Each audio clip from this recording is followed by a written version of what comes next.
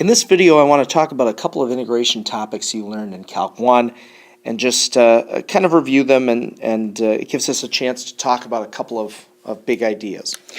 First of all, you see this integral of natural log of e to the 5x plus 1, and I really wanted to focus in this video on what happens when you have an integral that you really don't know how to do, and you look and say, well, you know, it's e to something, and I usually think substitution with that. But certainly if I made u equal to 5x plus 1, that is not going to take care of this natural log. And it's not integration by parts because it's the natural log of something. It is a function composition. It's not a product. But hopefully you can think about the fact that natural log and e are inverses of one another. So by saying I take e to the 5x plus 1 and then I take the natural log of that, I get out 5x plus 1. So I'm left within the integral with just 5x plus 1.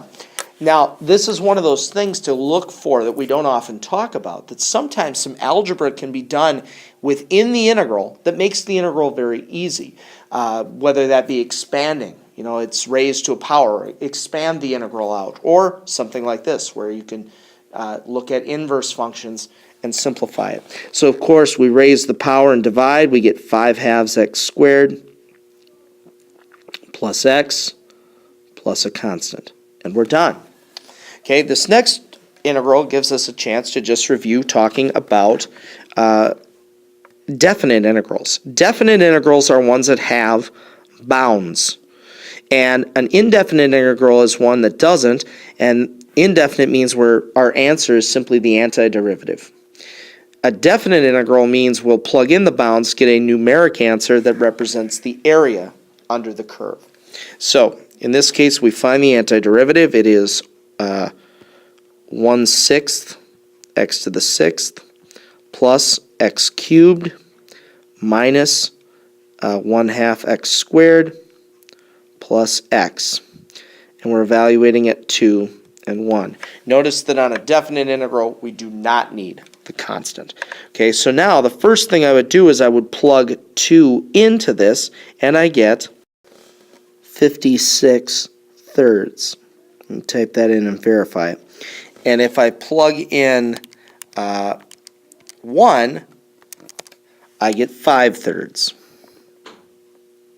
So 56 thirds minus 5 thirds, of course, is 51 thirds, which is 17.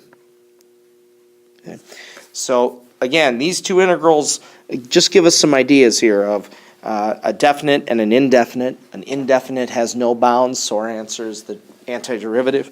A definite has bounds, so our answer is a number that represents area.